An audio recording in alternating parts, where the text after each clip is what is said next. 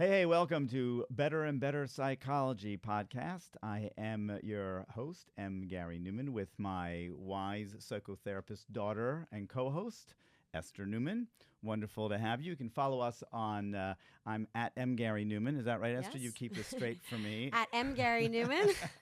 And I'm at Esther Neuman Therapist. Excellent. We have a wonderful guest on tonight. We're going to get to So her excited. soon.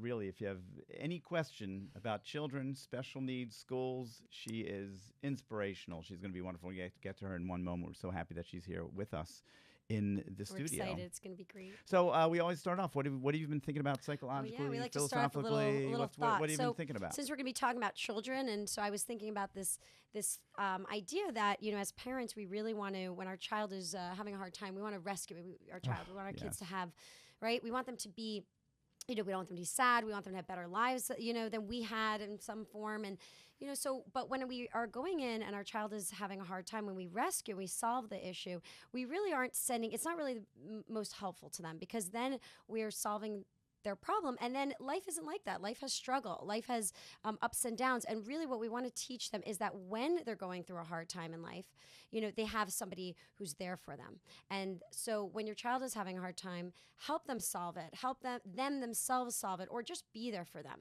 so that they know that no matter what they do in life, there's someone who has their back. And that's the more powerful message, because then they'll feel like they can get through anything in life. Yeah, you're so right. I think that sometimes I try to help parents when they're feeling sad and bad that their kid is going through something. I try to explain to them, I know it hurts you, Right. but you know what you're really doing? You're training them in this loving way for life so that they can grow up, like Right. you say, and they can manage struggle. Struggle is a part of life. It's being able to feel that you can be stronger than your struggle and work through it and not fall apart. Right. And that's what we can do as parents. And that's resiliency. And the most Yes. successful people in life are resilient. Absolutely. And so that's what you're really teaching us. So as painful as it is, hard as to watch your kid go through something, just be there with them. Right, support them, help them.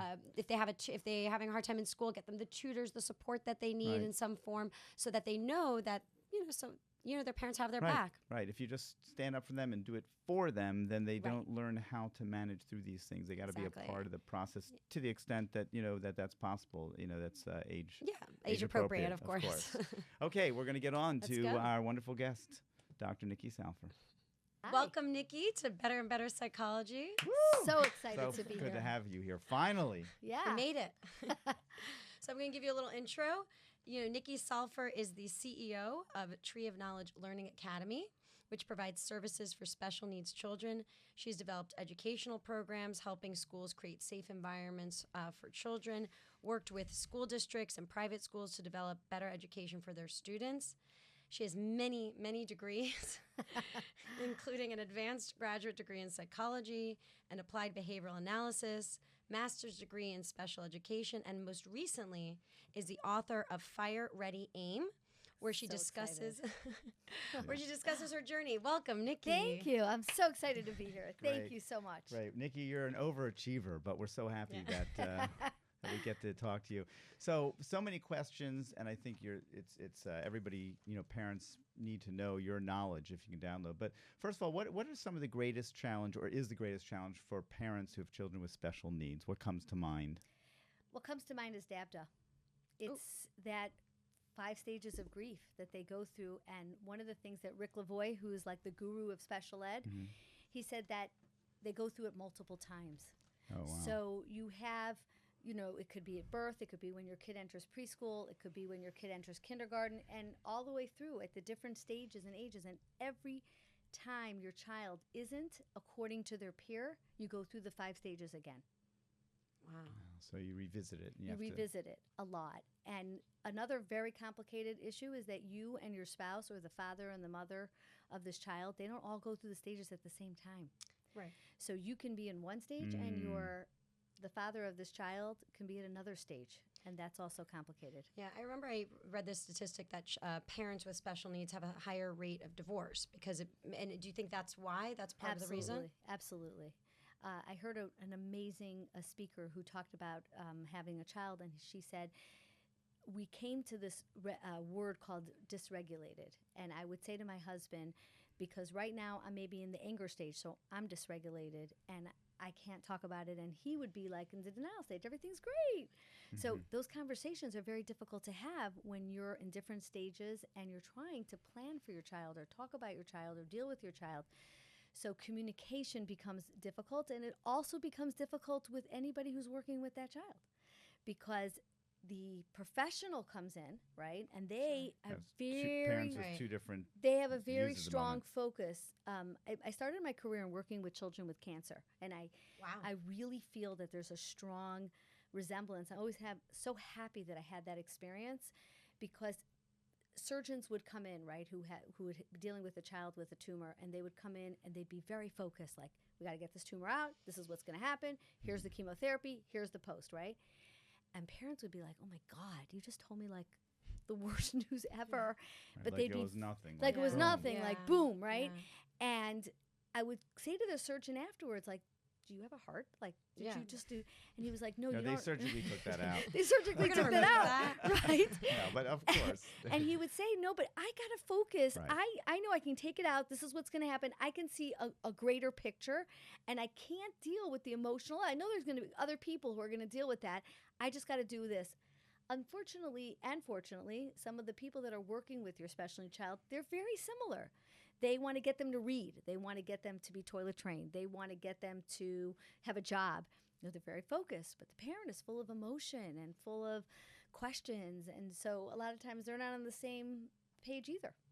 Right. So they all have a very. So how do you bring everyone together to help the parent? So is it that each person working with the special needs child, they need to be cognizant of that, do you think, or the parent has to be aware of that? How do you deal with that? Well, schools are developed to deal with this in teams. You know, you have a speech therapist, occupational therapist, a BCBA. There's like a lot of people on this team, right? With a lot of names and a lot of acronyms that if you were a regular parent, you would have had never heard of before, you know? With a lot of federal acronyms, IEP, MFE, like ETR, Right. like it's crazy, right? So the key is, again, going back to that original thing, which is you have to connect with the parent. Because the real team members it includes the parent, and as the child ages, includes the child. And so the more they call it in ABA terms, pairing and therapy, knowing your client, getting that mesh, right, like really being able to have this conversation, the more you can do it, the better off you are when you go into team meetings. But I'm talking utopia, because it doesn't always... it doesn't always work. What are some of the slippery spots, whether for the parents, coming to the school? Like, what would we suggest to parents to try and bring it together or keep everybody on the same page? So I say prepare, prepare, prepare. We don't want to do shock and awe in a school meeting. And I think that's the key. That's the key element. So you want to meet with the parents before. You want to meet with the teachers before. You want to have a written document. I almost look Who's at the them as you? a meeting. parent? When you say you, In other words, whoever's arranging this. Let's say, for example, you're working with an education consultant, Okay. and they want to bring you into a meeting with the teachers. It should never be the first time that they've heard this situation. It should be that I've already had multiple conversations with the school. I've already prepared the parents. There's some format of what we're going to agree on. What are the sticky issues? A good mediator. Right, know? so you already know before you Right. get in what everybody's going to say, Absolutely. how everybody's going to feel about it. Like you said, a good Absolutely. mediator. We do this when we try to, Yeah. put families who haven't spoken to each other or harmed Exactly. each other. We put them together. Everybody thinks, let's just put everybody together and have that power. And that's a terrible idea, because Terrible it idea. ends up worse, doesn't it? It's a disaster. Right. It's a People leave disaster. worse off than when they came in. There should be no shock and awe. I always say like Right. that. Leave that for the Army. Like we're not here for shock. Nobody should the first time walk into an office with a group of people and be like, Right. "Hey, your kid has da da da da." Right, well Yeah. said. Shouldn't be shocked and awe. Yeah. And I've seen that happen, all the in time. in my office. And now what I try to do is we try to speak to whoever's doing the evaluation, something before, and then I kind of like prepare a parent. I remember you mentioned the hospital. I worked in the neonatal unit, and that was, oh my God, it was, you would Wow. go in, and these, and doctors, they didn't, Right. know any better, and they would be telling parents like life-altering information for their children. So we started doing is that I would meet Right. with everyone beforehand, and then Exactly. you present. Exactly. And it's not necessarily one meeting. And I also have like behavioral rules. Like there's a lot. It's hard to keep that emotion both from the teacher end and the principal end and the parent end, right? You know? And so I make like a cheat sheet for the parents. Like, we're not going to say we hate the school.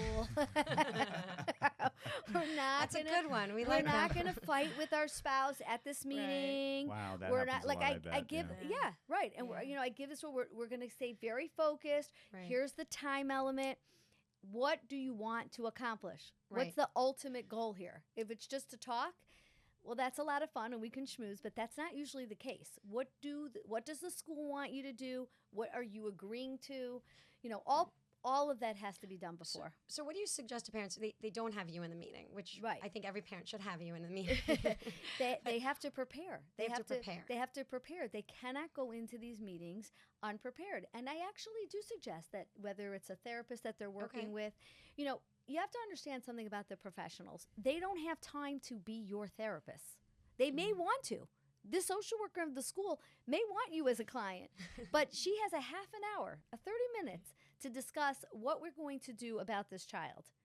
You really do need to go and talk to somebody about your emotions about this child, but it doesn't belong in this meeting. Right. So so when parents are going to mention the stages of grief, and I think, you know, that's very powerful, right? Because they are allowed, I think parents of special needs kids, as they're going on this journey, they're allowed to feel and they're allowed to be confused and frustrated. Now they have to figure out what to do. So it's a lot. So what you're saying is really prepare, emotionally take care of yourself before you enter those meetings, because you'll be a lot more efficient. Before and after. Because no matter how much you prepare for it, there is the after. Right. And I always, when I give out the cheat sheet, I'm like, start with gratitude. Both sides. The parents have to say something nice about the school. Thank you so much for making this time for my meeting. The teachers have to say something positive that has happened in the last 24 hours about this kid.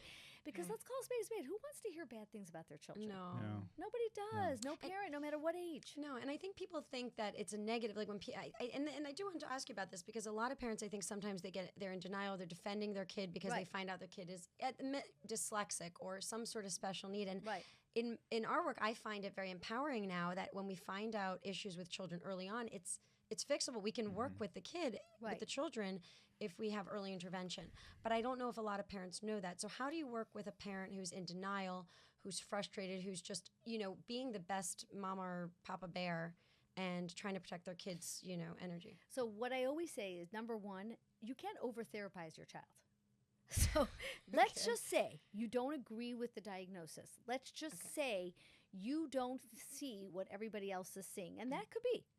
So what's it going to hurt for them to have a little language therapy? They're only going to be ahead. And that's kind of have to refocus their brain on stop thinking about the diagnosis and stop worrying about what's going to happen to them in 5 years, 10 years, because none of us know, right? There's all these new things coming out, right?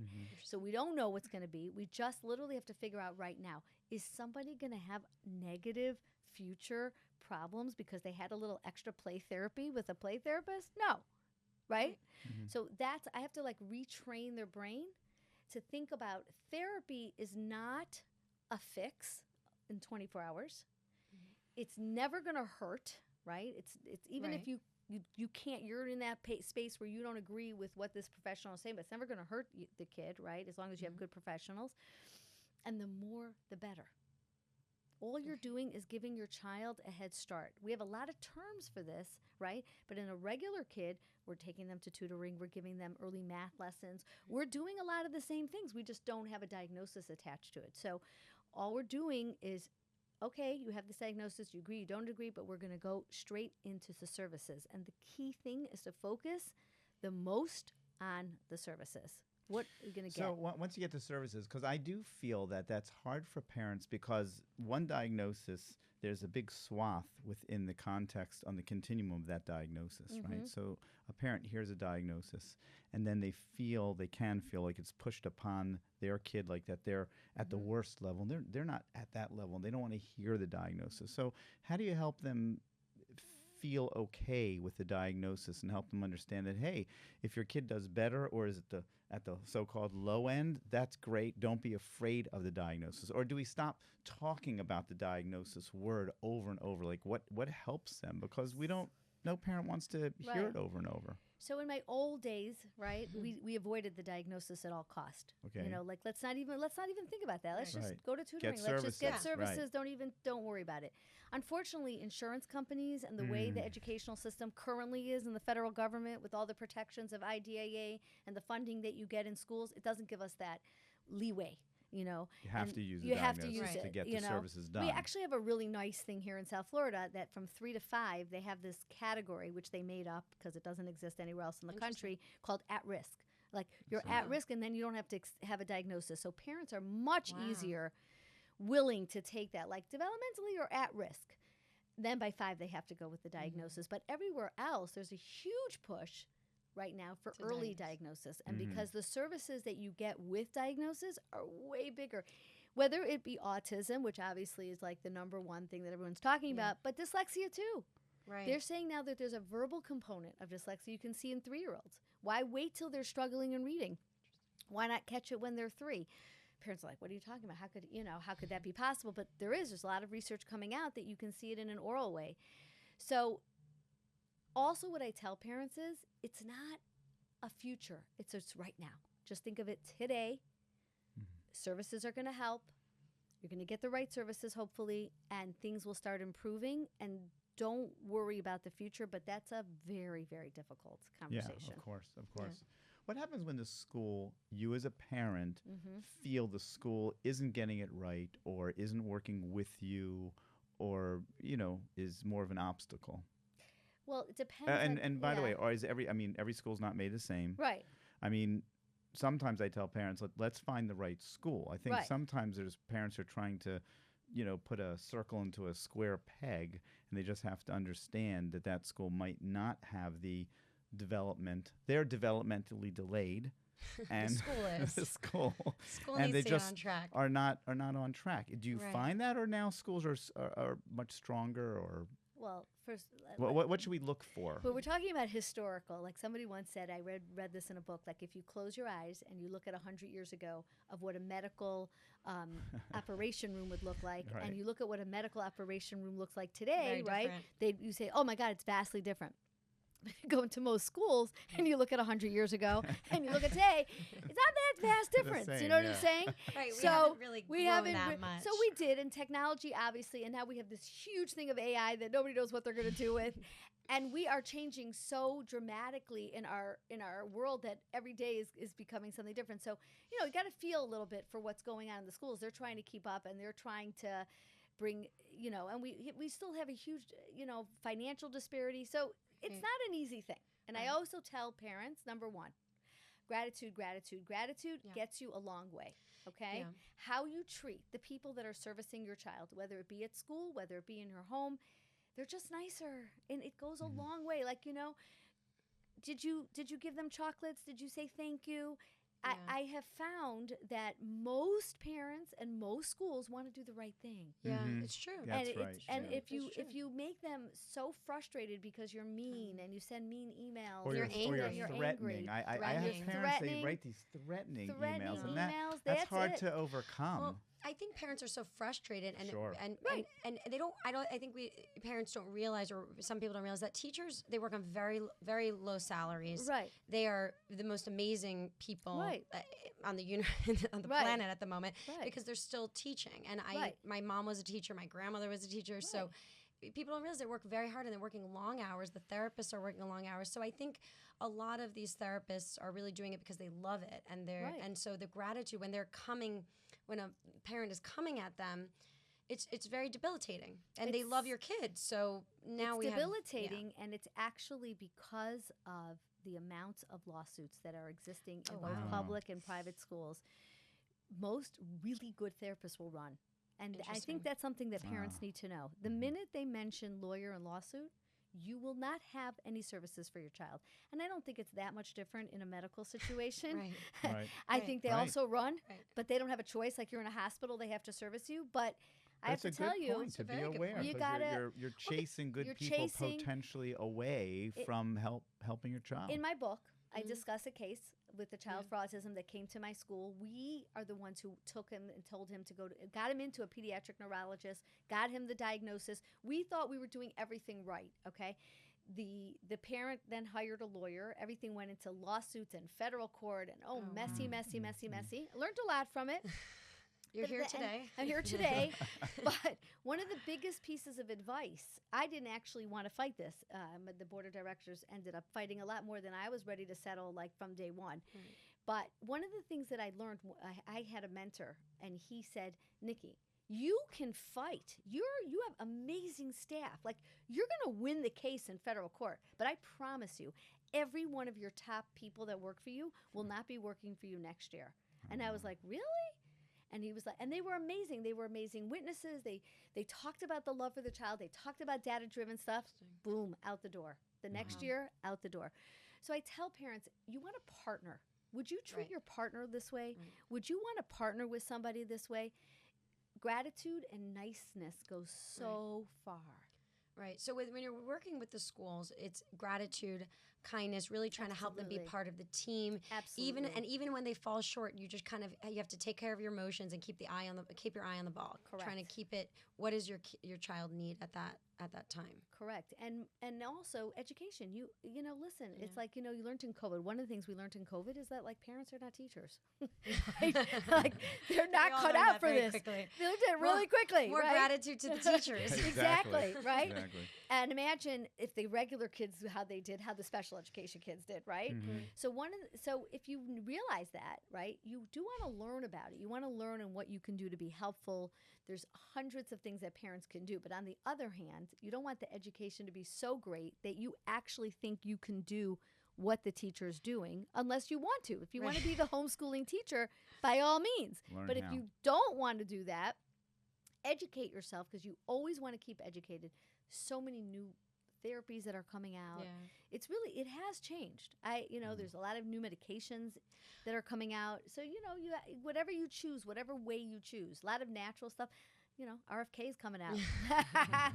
Are we getting rid of red dye for all the kids and jelly beans? But can we just take the red dye out of the jelly beans? Because I like the jelly beans. I don't know. It's gonna be a massive change. What color School do without they become when you take School it without out? Coca-Cola. I don't think they're so cute anymore. I'm afraid of what that real color looks like. School without I don't know. Coca-Cola. I don't Oh know. my God. What you brought up medication. Yeah. So, and we've had this. In fact, we had Yeah. Dr. Koplowitz Yeah. on. He's a dear friend, and I'm not to get into his point, although he's very comfortable, and he actually feels that getting medication to children earlier, before the 25, 26-year-old brain, becomes closes. So, what's your thoughts about it? Because parents are always very, very wary, understandably so, Yeah. about medication. Okay. Where do you fall on that? So What let me advice just do you tell you, have? my original practice was called Skills Without Pills. So Okay. So you you're have coming- to So you know. started off that way. Started off that way. You have to know where I I think we started. know where this is going. Good, good. I was like the biggest speaker sort of against Ritalin and Adderall. Right. I was like, what are we doing? Why are we drugging these kids? I come from such a strong background of ADHD and dyslexia. And I really just felt like, and that's part of why I did the homeschooling try. But then I also started to realize that kids really actually like school too. And there's something amazing about being with your peers. And sometimes it doesn't work without medication. And I think it's a personal choice. And now I have like a different view on it. I do also believe that I think it's a combination. I don't think it's one or the other. And I think you're always revisiting it. Also, medications have changed. Right. How long they last in your system has changed. Or we have bigger problems today where everybody finally makes a decision to go on these medications and then they don't exist. Can't even get the prescription. So I think I don't think it's a one-word answer. I think each one is individual and you have to look at it. But I will tell you this. There's options of schooling now, right? There's virtual schooling and homeschooling and private schooling and charter schooling and regular public school schooling. But you also have to mesh the medication with the schooling choice that you make, right? So if your decision is to go to this very specific private school, okay, and you want your child there, maybe the siblings are there, maybe you think the academics are so great, whatever reason you've chosen that, then if they're telling you that this kid can't make it, right? Then you can't say, well, I'm not going to do it, and then still want the school, because the school's Good going to point. say no. It's a great point, and I've had that many times where a parent wants the child in a certain school, and maybe it works out, and that's fine, and that's a parent's decision. But then you can't keep a child in an environment that is not beneficial to them, because also I think people don't realize that if a child isn't thriving in school and they're sitting and they're jumping and they're failing classes, or they're just doing poorly because they can't focus, let's say. That affects a child long term because it affects their self-esteem that they can't accomplish it. There's also one big thing. You can't learn to read if you're jumping all around. It's just, it's. I wish we could, but we haven't yet figured out how you can teach reading without sitting, right? So I also changed my view because reading is so important. And you really can't go through life not being able to read. Now, there's a lot of text, now there's all this technology, but at the end of the day, you still want your kid to become literate. And if your kid can't learn to read because he cannot sit and cannot focus, the amount of remedial work that it will take, and I'm all about multisensory reading, and there's a lot of amazing reading programs, but you still need to learn how to sit. Right. I remember a child that I was helping, and the parents and myself, I think back then it was like, avoid, the medication. And I remember, I can't remember if he was 12 or 13 or 14. And I remember I suggested we start him on medication, and the parents called me and said, oh my gosh, he came back and he got a 95 on a test, and he said, I can't believe I'm this smart. And I think that's sometimes that we have to remember that when they're, life is beating them up a bit, because they're feeling unable, and they're really smart. They have an issue that we can deal with. And of course, like you said, you have to be aware of it and what it's doing. But I love your message because a lot about the school. No, if you wanted to if you want them in this school, and this school says they need this, you could say, he doesn't, she doesn't, you're wrong, but it's their school. Exactly. Like, you can move them out of the school. You can surely ask the school for some time to do something else to try to work around it. Totally fine. But that idea that I'm going to send them to your school when you're telling me they should do it this way and I don't want to do it that way, that's a bit of a train wreck. But let's address the early intervention, because you talked about early medication. So I do believe that that it's really, really important to do early intervention. I don't necessarily, you can't really give medication to a 3-4-year-old. But however, I do think it's really important to intervene behaviorally with those kind of kids, and speech and language, because remember, 0 to 3, and I am one of my jobs I was an early intervention specialist, and I work with babies 0 to 3. It is very vital that parents whose kids have seizures, or whose kids have neonatal experiences, or whose kids have had cords wrapped around their neck, or all the different things that happen during birth, any kind of traumatic birth, there's an amazing state programs for early intervention, and that is key. Early intervention, 0 to 3, is the greatest growth of a brain. So, and that's also where I feel parents need to be highly educated, because there's a lot of parents today. There's an amazing study out there that talked about years ago when mothers had postpartum depression, they wouldn't look at their kid, right? Right. And they actually have a study where they looked at those kids over 20 years. Well, guess what? All of our parents on cell phones today are not looking at their kids. Interesting. And so we're seeing all this hyperactivity, not being able to read, and it's really a product of what's going on 0 to 3. So 0 to 3 is key for the development of that brain. And then 3 to 5 is the next huge step. 5 to 9 is the next huge step. And then 9 to that 26. So from 9 to 26, it's not that great. So think about it, and then you have the adult developed brain. And then I'm not saying that you can never change the synapses. We know that you can. People have strokes. We're able to work with it. But the greatest malleable time is 0 to 3. No, and I think people don't realize. I think there's something that says that the most synaptic connections that a human will ever make is between the 0 to 3. Wow. Exactly. It's crazy. And then crazy. I think the more language, just literally language that a child hears, that increases like their IQ. Yeah. It's amazing. Right. And I tell parents, sometimes parents say to me, listen, I had to work, I have to do this. And I'm like, no guilt, no shame, none of that. Just make the time. If you can't do it, have somebody trained who can do it. And a lot of people have babysitters and nannies, and it's amazing. And we have to work. It's the reality of our life. But think about the investment you're making to have a behavioral early interventionist come to your house and maybe 1 hour a week training that nanny. Right. And then coming back and seeing the difference. Like, a lot of parents said, I never even thought of that. Like, and that is an important thing because our nuclear family is not the same. We're not living in the same cities as our parents. We're not in the same areas as our grandparents. Right. So that, maybe when you were working, your grandmother would come over and help with that, Right. but we don't all have that today. I remember, familial support used to be, and you would have the grandmother and the parents saying, hey, something's up. I remember with my own son, one of the reasons he got diagnosed was because my family was like, something's up. And it was a very fine diagnosis, and it was a significant one. Exactly. But then from there, my brother was involved. My people were involved. Right. So I think that involvement, whoever you can get involved, is a great thing. It's an interesting thing. I had a granddaughter who had early seizures, and we're in this early intervention. Me and my husband, we're psychologists. Yeah, you're on we're top of it. We're like studying this baby, like, oh my gosh. But we had just moved to Miami. We didn't know the services that were available or who was available. And it's very different when it's your own child, when it's your own grandchild. Different. So I remember this story where we got this amazing infant physical therapist who came over, and she was like, okay, so I'm going to teach you how to literally twist her head. And after she has a seizure, you got to twist her head like this, and she's screaming. And I look at my husband, and we're like, My God. and we say to this lady, like, all of a sudden, like what all parents have said to us, and I thank God for this experience, because now I knew what we're Helps like. you be sensitive, Oh no, we're not doing this. No, like, get out of here, And everything she was saying, I remember sitting there going, like, I'm starting to really hate you, like, really, really hate you. And I'm like, oh my God, that's what parents think of me. And the therapist is just trying to help. She's just trying to help. course. And my husband and I both like stand up as if we're like ready to walk out. Tears are like in our eyes, and we don't know what to do. And she looks at us and she goes, no. And she tells my husband, sit. Nicki, sit.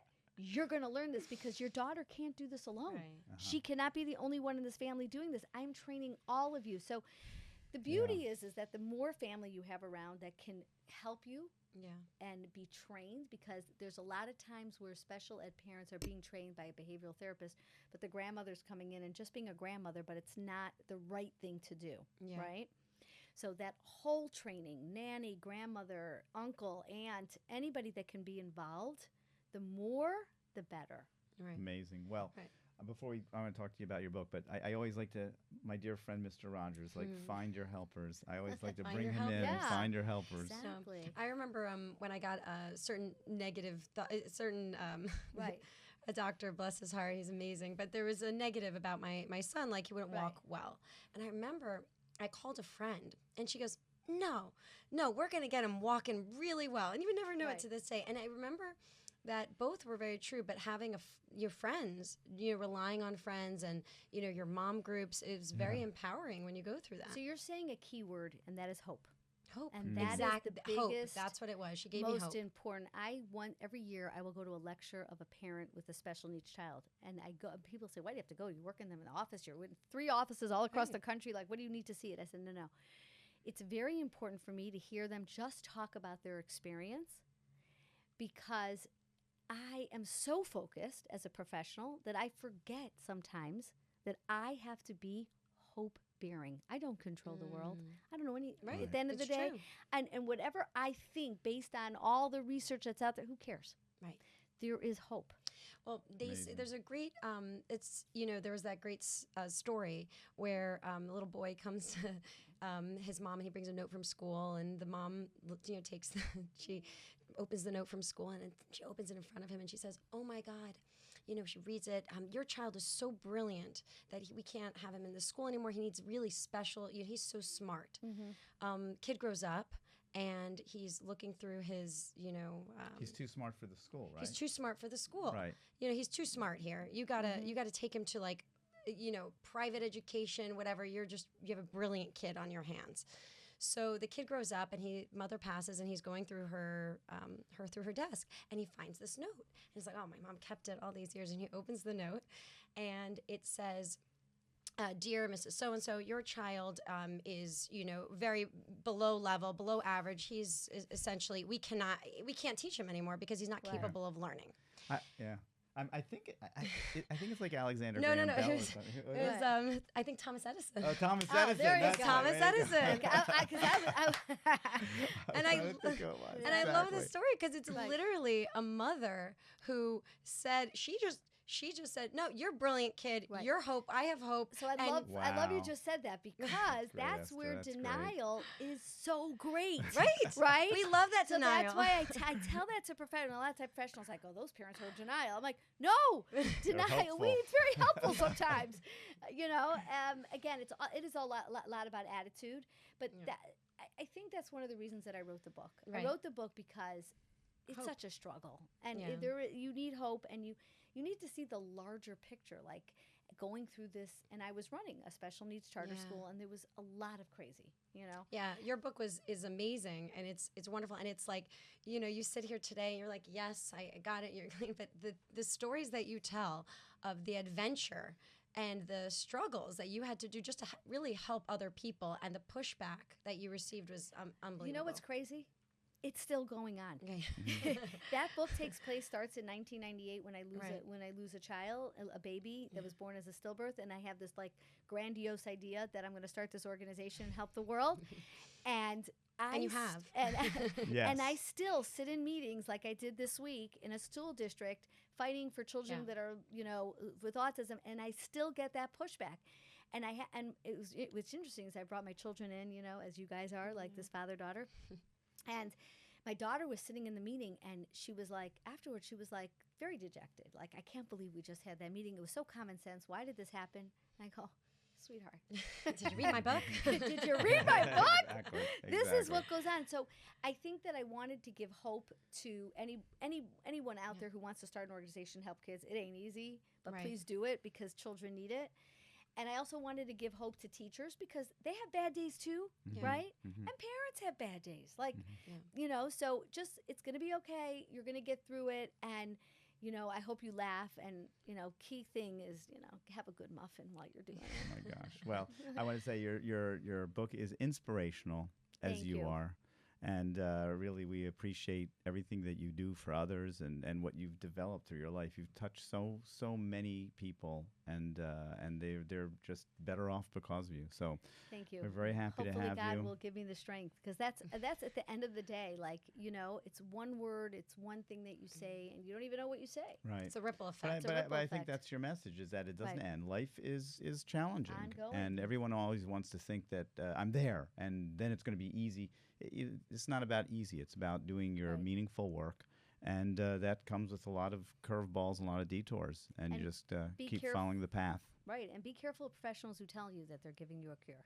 Yeah. Because It's the medicine man, right? yeah, That's snake yeah, oil well, snake snake oil oil. salesman. because they're right. still out there. Yeah. The elixir of love. We just The went to elixir the of that. opera. It We was just, great. saw Oh, that. I just saw it in Wicked, Exactly. Right. Exactly. So, Well, Oh, thank it's you. been Thank so you very much fun. much. Tell us about how we can get in touch with everybody. Yes. Okay, so please everyone follow us on Instagram and TikTok and like and favorite and thank you for listening, and please continue listening. We're going to be back with some great podcasts in the future. I know you're all working very hard as we are to psychologically get ourselves together. Keep working every day, and we are going to be getting better. And better. All right. See you next time.